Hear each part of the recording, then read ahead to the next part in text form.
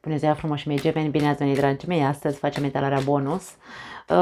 Nu are termen de valabilitate această etalare, este acea etalare cu mesaje de la mai multe seturi de cărți de oracol și este valabilă pentru toți cei care aveți soare, luna, ascendent sau Venus în gemeni. Vă recomand ca întotdeauna să vedeți etalarea unde voi aveți luna, ascendentul sau Venus pentru a completa cât mai bine această etalare. Înainte să trecem la treabă, vreau să vă anunț că am început oficial să vorbesc despre astrologie pe acest canal. Veți găsi în listele, știm cu toții ce înseamnă listă, intrați pe canal și găsiți secțiunea listă. Acolo veți găsi un titlu de genul curs de autocunoaștere cu ajutorul astrologiei. Așadar, vor fi explicații astrologice foarte pe înțelesul tuturor, în care ne pot ajuta să ne cunoaștem pe noi înșine mult mai bine și, de ce nu, pe cei de lângă noi și toate reacțiile pe care le avem și ne ajută să creștem. Astrologia este una dintre uneltele foarte simple de a te înțelege mai bine cum funcționezi. Așadar, vă recomand, o să vă las probabil pe undeva pe aici, pe unul dintre aceste colțuri, acea prezentare, pentru că a fost prima lecție, să zicem, între ghilimele, de introducere în astrologie, pasul cel mai important pentru a înțelege cât de cât cum funcționăm de fapt, da?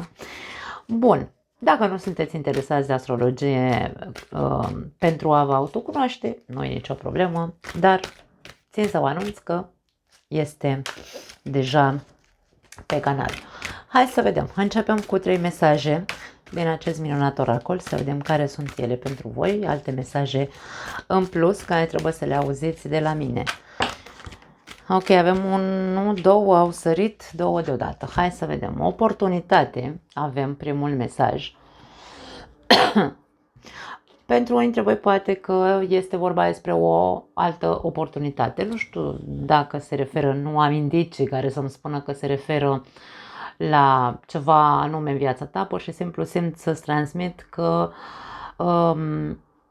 viața îți dă o nouă oportunitate. Deschide-te, îmi vine să-ți transmit în momentul de față. Următorul mesaj care a sărit foarte important și interesant este: acest lucru nu este pentru tine. Eu cred că ți se oferă o altă oportunitate în altă parte sau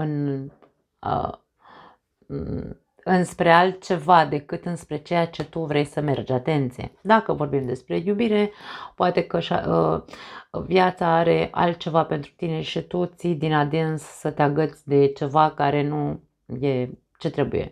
Da, cam asta simt. Dacă e vorba despre un alt drum, pentru că tu probabil că, nu știu, îți dorești ceva cu foarte mult din adins, îți dorești acel ceva, probabil că viața spune nu, deschide-te către altceva. Acel ceva pe care tu tot cauți aici, îl tot cauți și vrei să ajungi și cu cât te zbați mai mult nu ajungi la acel ceva, este un semn de care tu trebuie să ții cont că nu e drumul tău, nu e pentru tine. Da? Deschide-te către altceva, îmi vine să spun aici cu primul mesaj. Și avem empatie, ultimul mesaj. Două inimi bat la unison aici. Poate ar trebui să-ți asculți intuiția, poate ar trebui să-ți asculți instinctul ăsta primar pe care îl avem cu toții. În Spania există fraza cu escucha tus tripas, e ca și cum din tine ascultă ce simți cu adevărat pe dinăuntru. Are de văzut cu acest lucru pentru care tu te zbați aici și tot fuge de tine lucrul ăsta sau persoana respectivă. Da. Nu aș spune că este vorba despre a fi empatic, în principiu nu simt asta pentru voi, simt altfel mesajul ăsta în momentul de față. Avem toleranță. Acum, dragii mei, toleranța poate fi că tu stai și înghiți o situație la care de fapt ar trebui să renunți.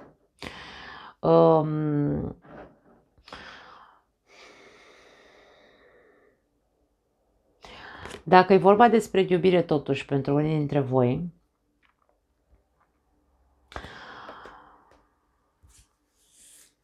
poate aici tu te gândești la o împăcare sau la iertare, de ce nu, da? Pentru că nouă oportunitate ce înseamnă? Nu putem să dăm o nouă șansă unei relații sau o nouă oportunitate sau să vrem să ne împăcăm dacă nu iertăm. Dacă ne împăcăm cu persoana de lângă noi sau vrem să ne împăcăm cu un fost partener, o fostă parteneră, dacă vrem să mai dăm o șansă, nu putem să o dăm așa, doar pentru că hai să mai încercăm o dată. Dacă n-ai iertat, pentru că aici poate fi, aici cu empatia poate fi vorba despre asta, că tu ești pregătit să te deschizi, să ierți și așa mai departe.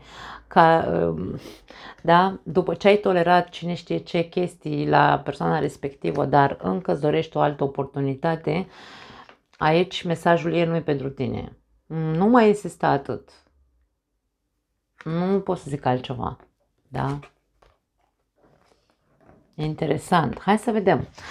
Un alt set de cărți, ce mesaj are, pentru că întotdeauna aceste mesaje s-au legat toate între ele, indiferent că sunt din seturi diferite de cărți, au avut o coerență foarte bună între ele. Hai să vedem ce ne spune acest set de cărți pentru voi. Ia uite, încă un mesaj care a sărit. Avem recunoaște sincronicitatea, wow!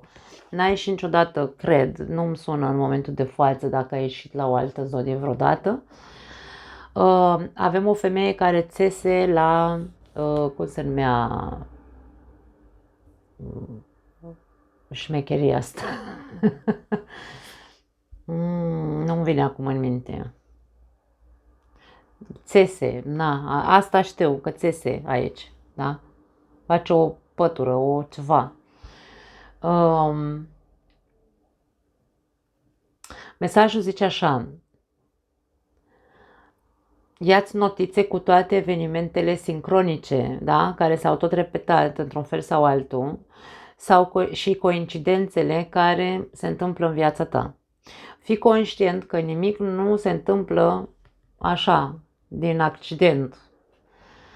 Obiectivul tău este să apreciezi detaliile divine care se întrepătrund în fiecare moment din viața ta. Deci aici este vorba de a fi foarte, foarte atent la ca un fel de, vine să spun, ca un fel de roată care mereu ajunge în același punct, da? Poate că aici este vorba despre o relație, pentru unii dintre voi poate fi vorba despre o relație care a fost de dute vino. Ne iertăm, ne împăcăm, ne certăm, nu știu, ne despărțim și uite așa. Poate fi asta. Dacă este ceva care se tot repetă în viața ta, aici e ca și cum eliberează-te, aici cu oportunitatea, eliberează-te de aspectul ăsta, nu mai pleca și te întoarce sau nu mai accepta să se întoarcă cine vrea să plece din viața ta. Nu e pentru tine, da? Și empatia poate că ar trebui să fii empatic cu tine. Fii mai atent la ce spune ție, cum am zis mai devreme, interiorul tău și nu mai tolera acum atât dute vino. Aici e vorba despre un dute vino pentru unii dintre voi pe plan emoțional.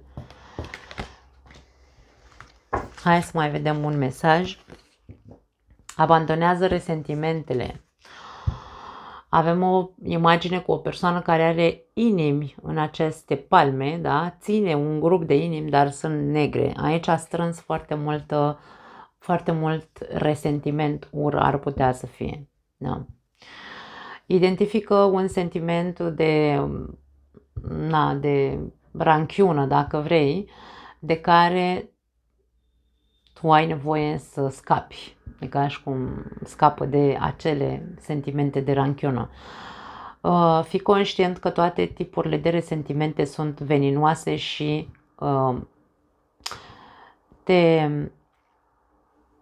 îți fac rău pe dinăuntru. Da? Obiectivul tău este să fii conștient de motivele pentru care continui să fii supărat și să începi să renunți la acele sentimente negative înainte de a se termina ziua, indiferent ce se întâmplă în viața de zi cu zi. Ar trebui, când mergem la culcare, să mergem cumva fără tristețe, fără resentimente, fără, știu, da, e ușor de zis, greu de făcut, dar viața este despre practică. Că teoria o știm cu toții, practica e mai complicată, nu? Așadar, dragii mei, poate aici se referă la faptul că tu ai strâns în tine, indiferent că nu vorbim, da, poate nu vorbim despre iubire sau despre un alt aspect de a te împăca cu cineva, că poate să fie că dai o altă oportunitate unei prietenii, poate să fie asta.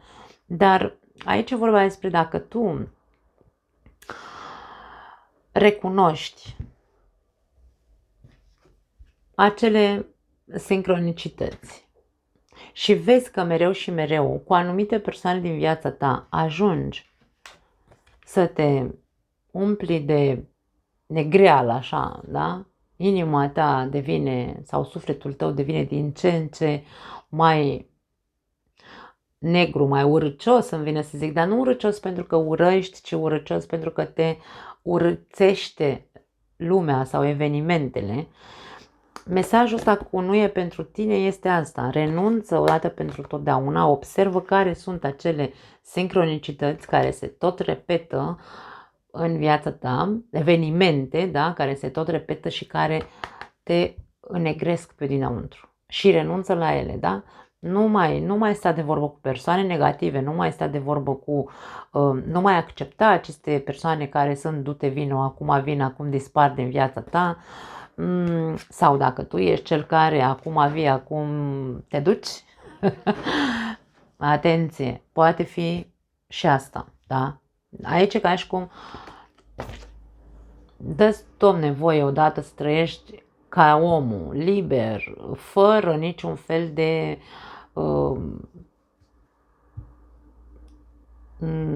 învârteli în cer, când vine să spun. Fii așa, uite, aici aveam o persoană goală, cel puțin de la brâu în sus, este goală și se lasă scăldat de razele soarelui, care înseamnă căldură, care înseamnă optimism, care înseamnă curățenie, face o purificare, ca și cum își purifică corpul cu ajutorul soarelui. Da? Da, foarte interesant cum îmi sunt transmise mesajele. Hai să mai vedem unul. Analizează relația. Da, pentru unii dintre voi este foarte clar că e vorba despre resentimente strânse în relație cu partenerul de viață. Sau din alte relații, ai tot strâns, da? Ești singur și toate relațiile tale au fost dezastruoase, tu ai alergat întotdeauna după ăla care te-a respins cel mai mult sau aia care te-a respins cel mai mult. Putem să mergem până în pânzele albe cu interpretarea acestor cărți, dar nu e o etalare personală. Așadar, acest mesaj spune analizează-ți relația sau relațiile, depinde de context. Spune așa, identifică o dinamică sau un tipar, da, sau un component a unei relații apropiate care să fie vital, da, componentul, da, sau tiparul care să fie vital pentru sănătatea ta emoțională și fizică. Această analiză este importantă, în special când ești deja introdus într-un proces de vindecare și o relație în special îți cauzează foarte mult stres. Deci aici vorbim despre aceste resentimente despre care vorbeam că le-ai adunat, da?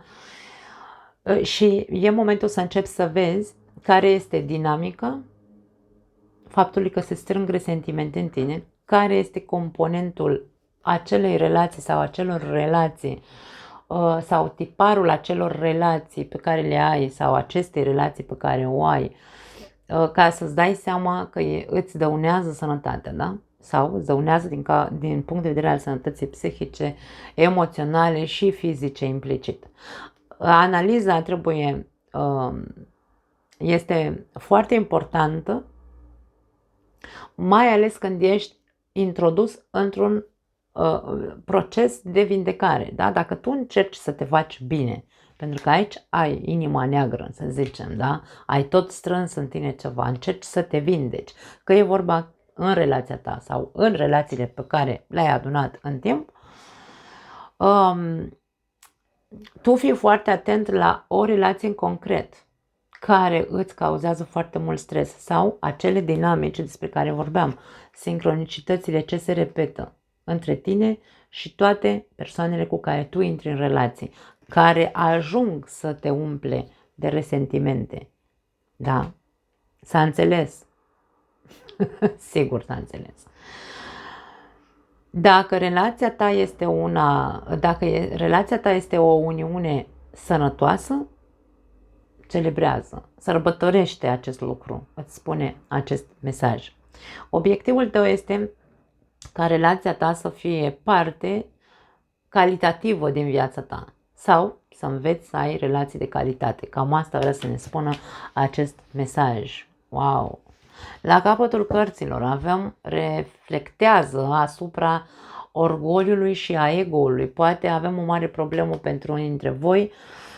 Ego-ul nu înseamnă doar că sunt eu așa plină de mine și încep să dau aici, dragă, vezi, Doamne, sfaturi că sunt cea mai deșteaptă și cea mai... Nu înseamnă doar asta. Ego înseamnă și când tolerăm, da? Tolerăm așa ca fraierii, ca să nu zic alt cuvânt mai dur, ne umplem noi pe dinăuntru de resentimente doar pentru că vrem noi să arătăm că avem o inimă mare și suntem empatici. Aici, aceste 3 cărți ne poate arăta că tu te uiți în oglindă și zici că ești din ego, zici că ești cea mai bună persoană din lume, ești foarte empatic, dar tolerezi pe degeaba pentru că te omori singur, te negrești singur tu, da? Cam asta e și tot ego se numește, pentru că tu vrei să pari că ești, să zicem așa, nu cel mai frumos, cel mai deștept și nu merge nimeni cu prăjinea la nas, așa cum sunt eu în atitudinea asta așa prepotentă, dar poate fi și când ne umilim într-un fel sau altul, tot ego se numește. Pentru că eu vreau să-mi arăt mie că eu mă uit în oglindă la mine și eu mă văd că sunt, uite, are mâna pe piept această persoană, ca și cum ca mine, cu inima atât de mare nu mai există o persoană. Atenție la acest aspect.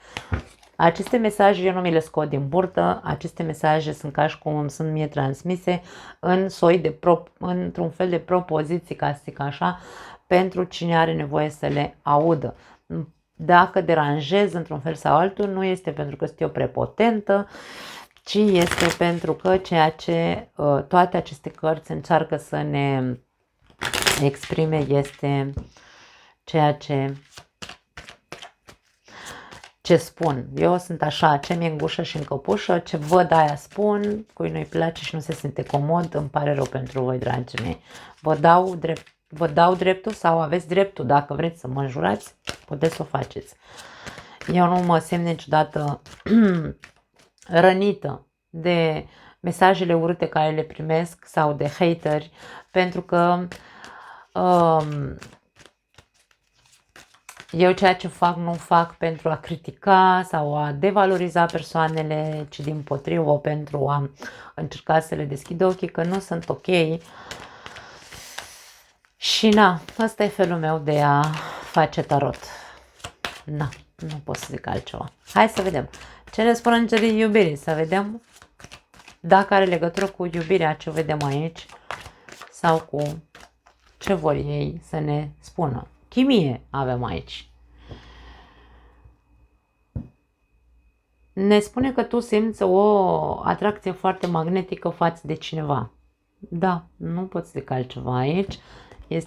Poate are legătură cu acest lucru sau persoană pe care tu o vrei, pentru că ești foarte magnetică atrasă de persoana asta și nu vrei să renunți la ea. Poate de aia vrei să dai oportunitate și accepti acest du-te vină despre care vorbeam mai devreme.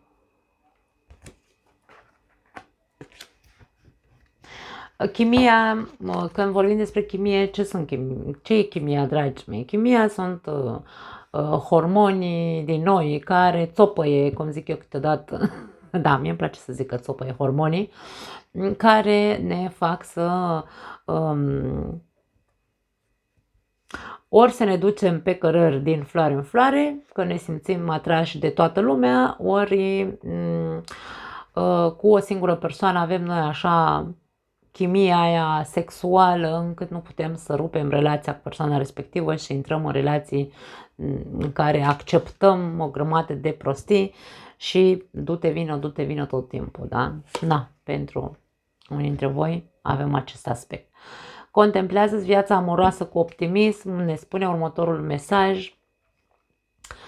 Zice că gândirea pozitivă și credința sau încrederea îți vor aduce iubirea. Dacă ești singur și ești tot timpul aici în această roată în care tu alergi după cine fuge de tine de fapt, aici pentru că te simți foarte atras sau ești hormonii tăi au luat o razna doar cu persoana respectivă, aici vorbim de faptul că ar trebui, bineînțeles, făcând procesul pe care l-am explicat mai devreme, da?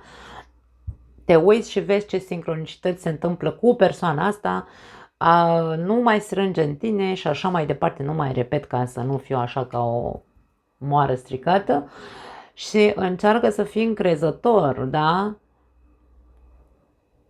Că vei găsi o persoană cu care să faci casă, masă, copii și ce mai vrei tu. Pentru că să nu uităm, dragii mei, din punct de vedere hormonal, din punctul de vedere al chimiei între două persoane,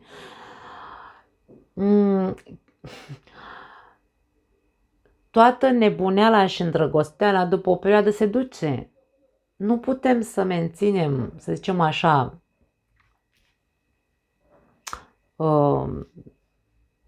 se duce pentru că nu putem să trăim drogați, pentru că chimia înseamnă drog. Corpul nostru, da, prin hormoni, produce această nebunie ca și cum am fi drogați, că nu poți să trăiești fără persoana respectivă, cu cât fuge mai mult, cu atât eu o vreau, adică aici intrăm în alte. Și corpul este atât de inteligent încât la un moment dat toată această chimie dispare din noi. Trebuie să fim conștienți de lucrul ăsta. Și aici e vorba despre a crede că vei putea să depășești această nebunie sau perioadă de nebunie și că vei găsi persoana cu care să faci casă într-adevăr. Da.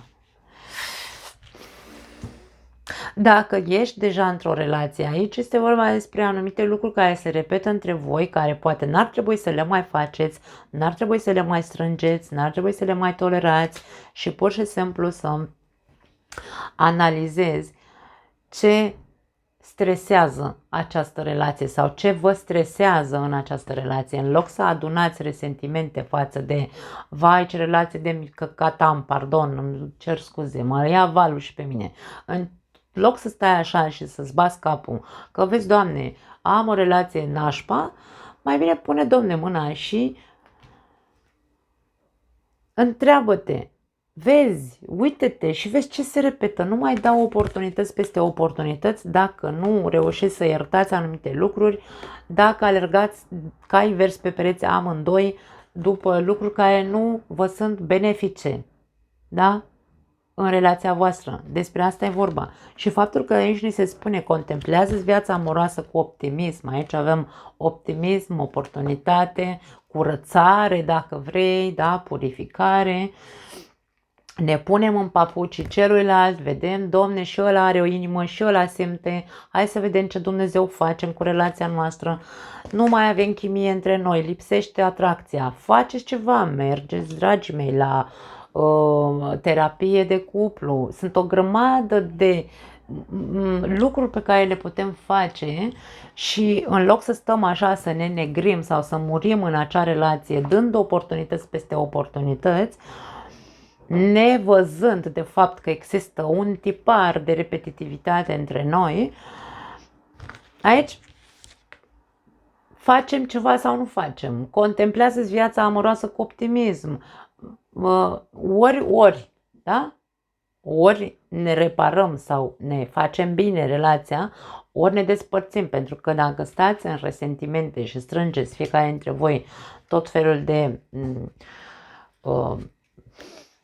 ură pe dinăuntru, na, eu ce să-ți mai zic. Exprimă-ți iubirea, poate că ai probleme cu exprimarea. Geamănul este o zodie de aer, vorbește peste tot. Problema cea mai mare a geamănului în astrologie, pentru că de-aia și încerc să introduc astrologia ca autocunoaștere, este că e cu capul nori, nu dispersat, nu e în românește, e cu, cum spun, e distrat tot timpul. Acum, nu știu, mă ia valul, mă iau cu altceva, uit că sunt supărat pe partenerul de viață și nu scot la suprafață să deschid discuția, hai să vorbim, să vedem ce și cum. Nu, strâng până când ajung unde? La ură sau la alte lucruri. Exprimă-ți iubirea, spune-i, Doamne, uite, eu te iubesc sau nu te mai iubesc. Nu contează ce ai nevoie să spui. Ideea e ce spune ție sufletul tău, că asta spuneam la început. Ce simți tu, Domne, în relația asta? Dacă aici vorbim de iubire. Că dacă stăm să ne învârtim în cercuri și să stăm în cerc, și doar să tolerăm și doar să adunăm negreală pe dinăuntru, na, tu știi. Du-te și fă niște analize, că poate ești bolnav. Nu bolnav psihic, bolnav în corp, că totul la un moment dat va arăta în sănătate, da? Se va vedea. Lansează-te și fă primul pas, spune aici. Fii tu ăla care se exprimă, fii tu ăla care spune, uite, Domne, eu nu mă mai simt atras de tine, da? Nu mai e chimie între noi. Ce facem? Faceți ceva, nu stați așa în cercul ăsta de inimă neagră, cum ar veni. Învățați să vă cunoașteți unul pe celălalt. Uite, poftim, ce mai vrei? Nu, eu nu pot să spun mai mult de atât. Toate cărțile ne duc în același punct.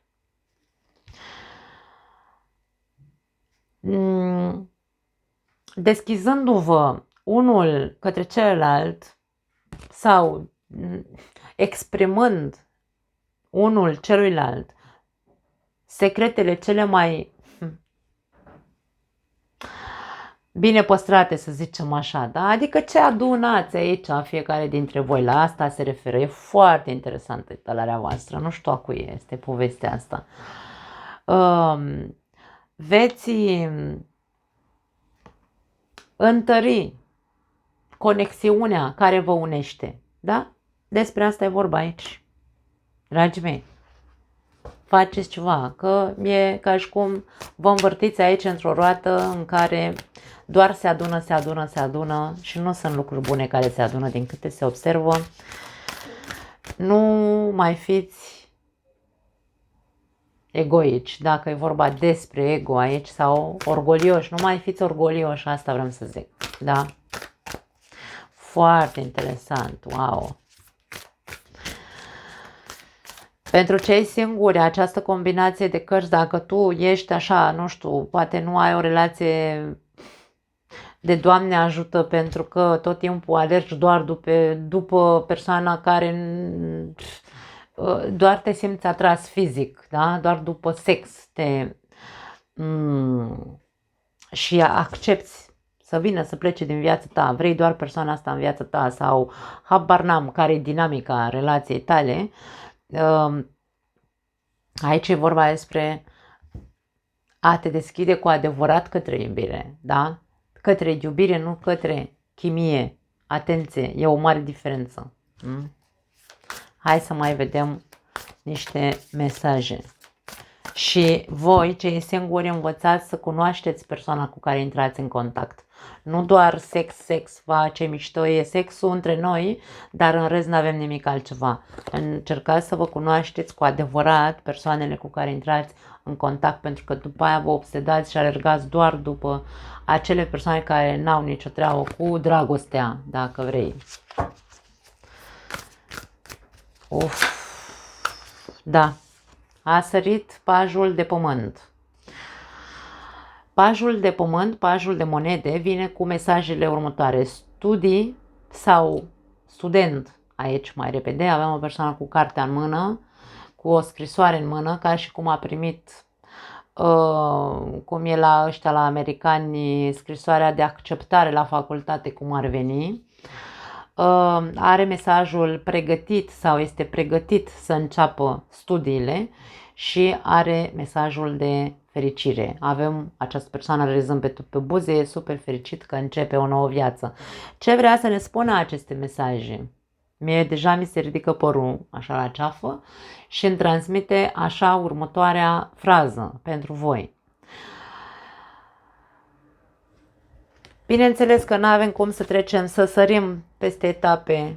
E un proces pe care tu trebuie să-l faci. Tot ce am zis până acum, dacă faci cum ar veni, ce spun aceste cărți, nu spun. Eu spun, tu ai liberul arbitru și faci ce vrei.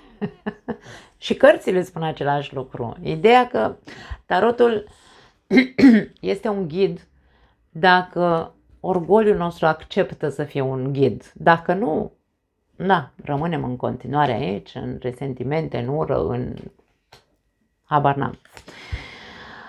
Fraza acestui paj de pământ este că e momentul să te pregătești, să începi, să te studiezi,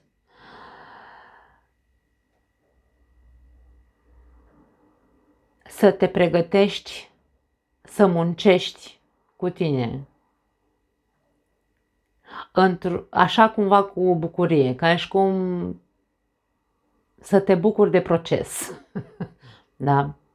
Nu e vorba de a învăța ceva nou, de a învăța să te vezi pe tine, să te cunoști pe tine, să muncești cu tine pentru a crește, pentru că aici am un paj. Pajul e ca un adolescent, toată viața e ca un adolescent, dacă nu învață, da? Nu vrei să fii un adolescent toată viața, nu e așa? Auci, o să-mi iau multe hate-uri aici. Eliberare, cartea moarte a venit aici pentru tine, îți spune, da?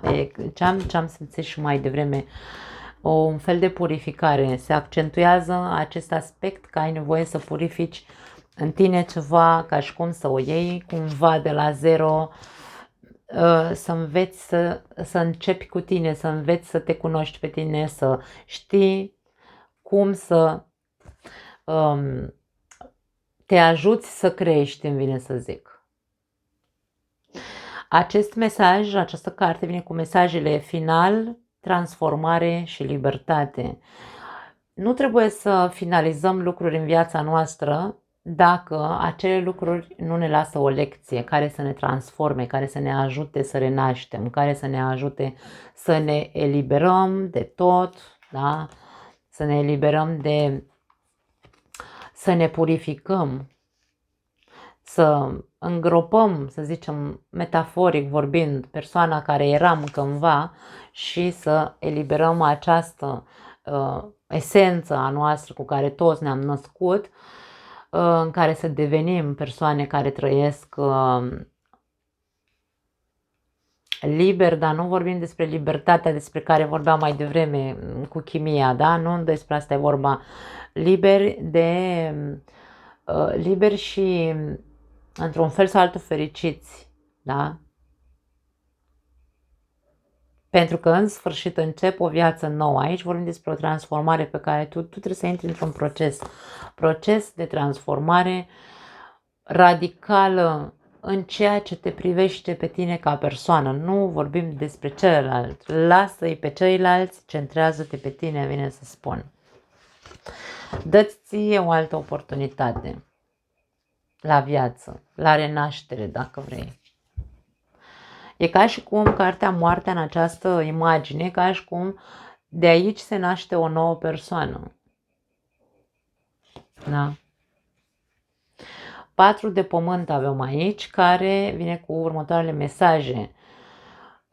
Control, extravaganță, atenție, wow! Aici vorbim despre posesivitate, această persoană stă cu fundul pe un cufăr, e ca și cum aici are toată averea ei sau, mă rog, tot ce e în cufărul ăla e al ei. Și ce face e că e foarte dezvoltă, își face unghiile, își pilește unghiile.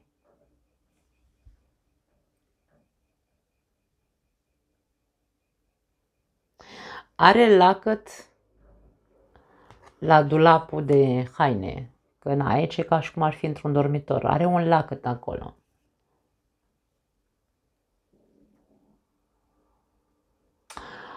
Putem să vorbim despre o certă încăpățânare din partea ta, să nu renunți, Domne, nici în ruptul capului la nimic din ceea ce vrea să te facă să te destupi. Sau, dacă tu aici, din ego, crezi că ești mai mult decât ești, probabil, mare atenție la acest aspect, pentru că devenim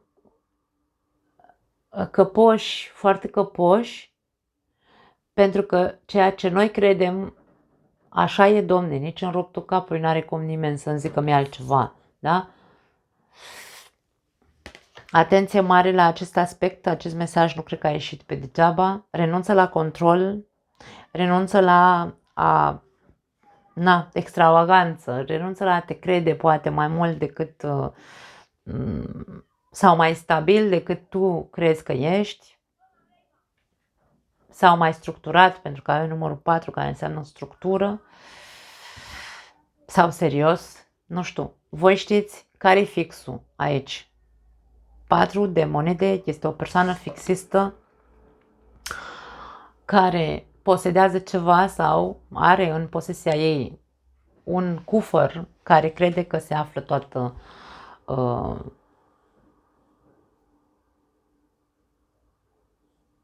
tot ceea ce el a acumulat în timp. Și dacă tu ai acumulat o învățare, ai ajuns, da? Ai învățat anumite lucruri în această viață. Dar, atenție, pentru că aici ai acumulat și resentimente și nimeni nu mai poate să schimbe părerea că poate că ar trebui să analizezi un pic cam ce trebuie să eliberezi, cam ce mai ai de învățat și tu nu te așeza așa ca și cum ai zice, nu, eu le știu pe toate, gata, da? Deci despre asta e vorba aici.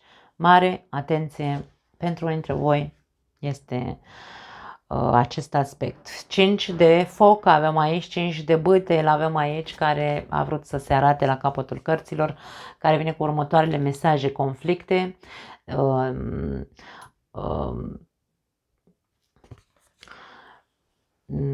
ar putea să fie următorul mesaj care e aici, stați așa că e în spaniolă și nu vine acum în minte, deranjare, deranjamente, da? Sunt lucruri care te deranjează. Și competiție.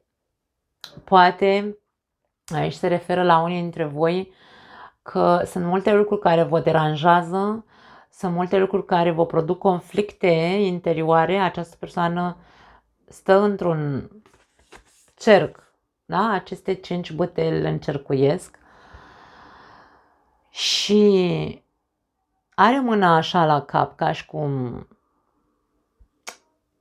e gânditoare sau doare capul, într-un fel sau altul, dar are o poziție de mis, așa, cu mâna în șold și ca și cum nu-mi pasă. Dar tu ești într-un conflict în care pare că nu-ți pasă.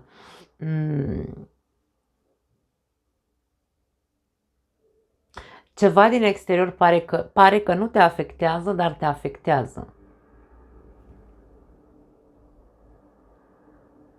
Poate ești foarte competitiv. Hai că-ți place așa să ai, să arăți lumii că tu poți mai mult sau că poți să obții ce vrei tu.